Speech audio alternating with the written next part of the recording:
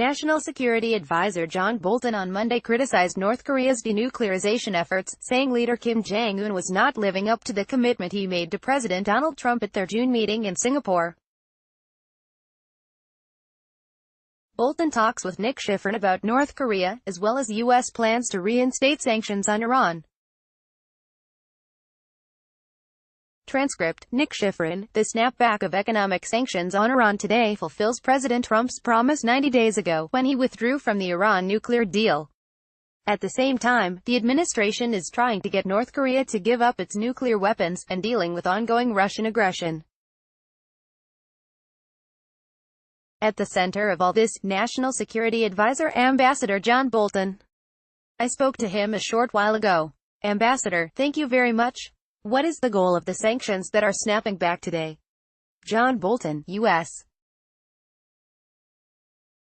National Security Advisor, well, we believe that the government of Iran has not given up its intention to get deliverable nuclear weapons.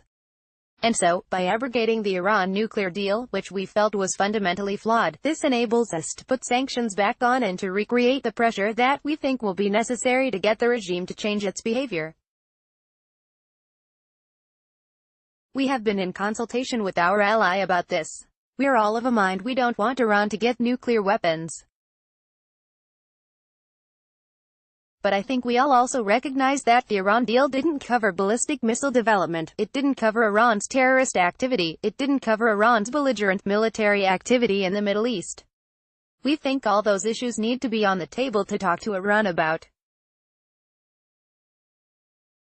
Nick Schifrin, some of those activities that you mentioned across the Middle East are fundamental to Iran's regime and fundamental to Iranian behavior. Are you actually trying to change the Iranian regime itself? John Bolton, no, that's not the administration policy. But when you say support for terrorism is fundamental to the Iranian regime, it puts us on a course that's flatly contradictory to basic American national interests. Iran has been the central banker for international terrorism for a long time. That's not behavior that we should tolerate. And when you consider the danger of a terrorist regime in possession of nuclear weapons, I think you can understand why our concern with the badly flawed Iran nuclear deal led the president to withdraw the United States and to take the steps we have taken, which we think have already had a significant detrimental impact on Iran. Nick Schifrin, but with all due respect, sir, a lot of people listen to what you have said and what you have written over the years, your support for the group rather, a group that advocates for regime change. And also, the administration's policies right now in general, advocating for protests that are calling for political change, as well as putting economic pressure on the regime, is that not a policy to actually change the regime itself? John Bolton, no, it's not. And I'm always happy to have reporters and anchors refer to my previous writings.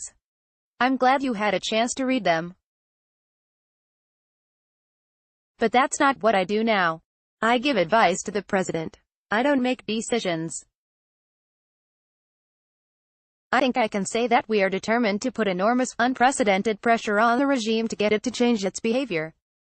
And I think the collapse of the Iranian currency, it's down by more than 2/3 from the beginning of the year, much of it in the last 90 days, the flight of large amounts of money out of Iran, the Iranian elites are taking their money out of the country,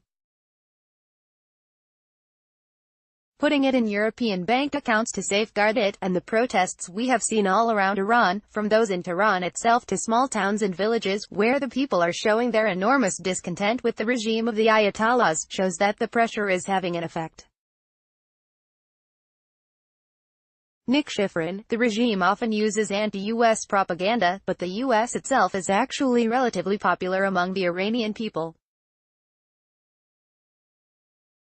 And I wonder if you have any fear that whether your strategy risks alienating the US among the Iranian people, at the very time that you're calling for Iranian people to protest?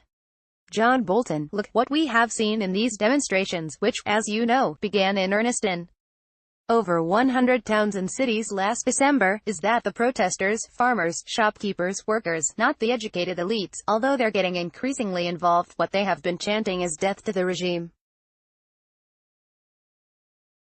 They haven't been chanting death to America this time. I actually give regular people a good deal of credit for common sense. I think they know their problem is with the regime in Tehran, not with the United States. Nick Schifrin, Mr. Ambassador, I want to move to Russia. And I want to read you something that you wrote last summer. As you said, you have changed roles now, but I want to read it. You wrote last summer, quote, Trump got to experience Putin looking him in the eyes and lying to him, denying Russian interference in the election. It should be a fire bell in the night warning about the value Moscow places on honesty, whether regarding election interference, nuclear proliferation, arms control, or the Middle East.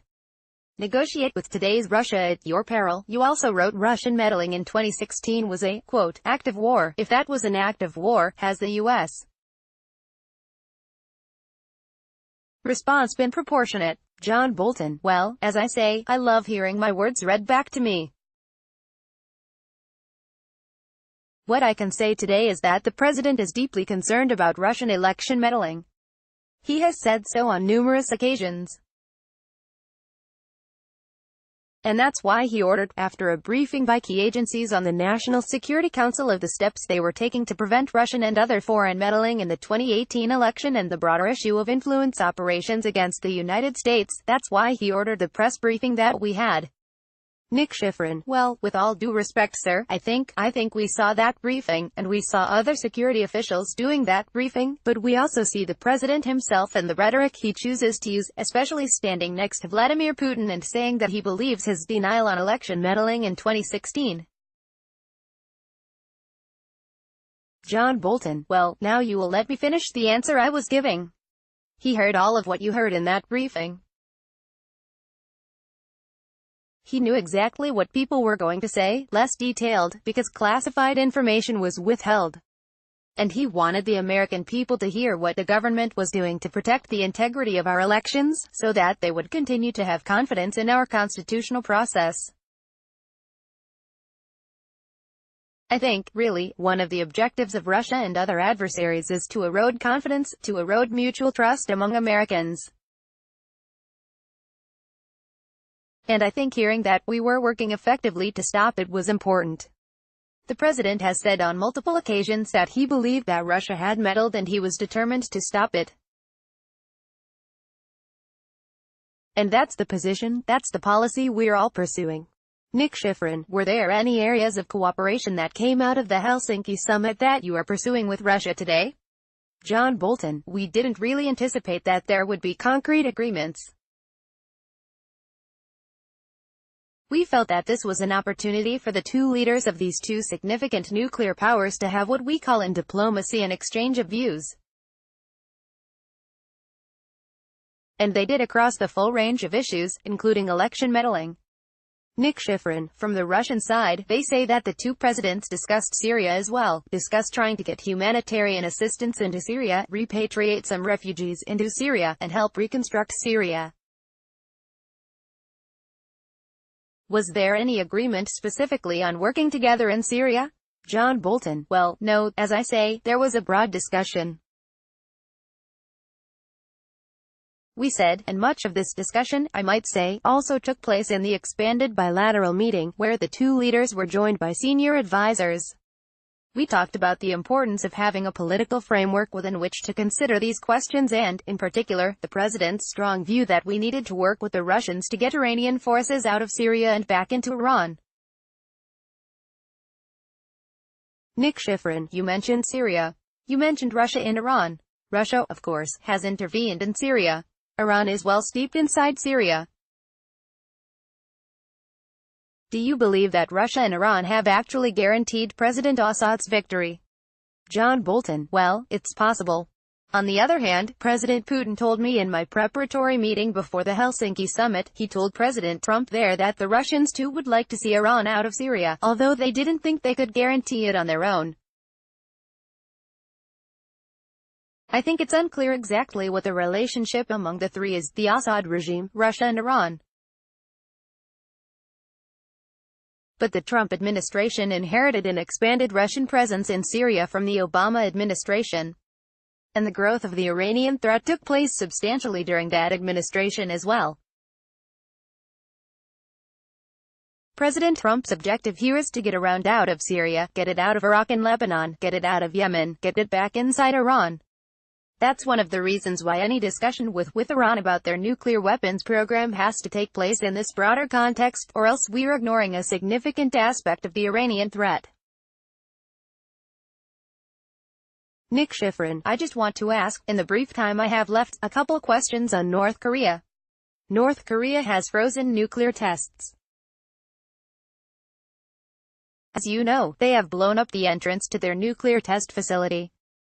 They have shut down an engine testing site. They have handed over remains of U.S. soldiers. And North Korea now says that the U.S. is backtracking from some of the commitments that the president made in Singapore. So, what steps has the U.S. taken to live up to the president's commitments in Singapore, to provide security guarantees, and to establish a new relationship with North Korea? John Bolton. Well, the president at Singapore suspended major exercises, joint exercises between the United States and South Korea. That's been done. But what was significant about Singapore was the North Korean commitment to denuclearize. And they have not taken effective steps to do that. Let's just take the decision to close the entrances, as you correctly say, to the Punggye nuclear test site. That was done before the agreement. There were no international observers present really to inspect what was done. There were some, you'll forgive me, representatives of the media who were kept at a distance and not shown anything, except the bright explosion. And I think that view in South Korea and elsewhere is that that test site is not necessarily disabled. That's why, when you engage in the process of denuclearization, you need international inspection, you need declarations of what North Korea has, you need observers and inspectors who can verify exactly what's happening. That needs to take place in a process of negotiation. We have asked again recently for Secretary of State Mike Pompeo to return to Pyongyang to meet again with Kim Jong-un on this subject. We're not looking for rhetoric here. We're looking for performance of North Korea's own commitment made to us, made to South Korea beforehand to denuclearize. Nick Schifrin, are you suggesting North Korea is not living up to that commitment? John Bolton, I'm suggesting President Trump has held the door open for them. They need to walk through it. Nick Schifrin, Ambassador John Bolton, National Security Advisor, thank you very much. John Bolton, thank you.